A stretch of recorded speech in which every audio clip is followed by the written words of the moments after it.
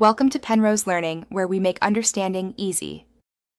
You start with the right essentials: new Bose QC35 pads, a plastic spudger or your fingernail, and a soft towel to protect finish.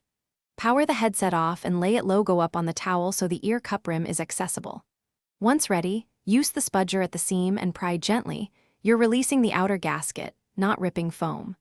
Do one side first so you keep tension controlled and can mirror the technique on the second ear cup. With the seam exposed, peel the old pad back in quarter turns. This minimizes tearing and reveals any hidden clips or adhesive. You want to feel each clip release. If resistance spikes, stop and probe the next spot rather than yank. Once the perimeter is free, lift the pad straight off to avoid bending the speaker grill. Make sure you retain the thin foam ring or gasket if present, since it aligns the new pad and preserves seal and noise cancellation performance. To fit the new pad, align its inner lip with the ear cup rim and press in at opposite points so clips engage progressively. This ensures an even seal.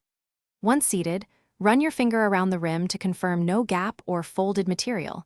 Seal quality affects cushioning and ANC. Power on and play audio at low volume to check for hiss or distortion.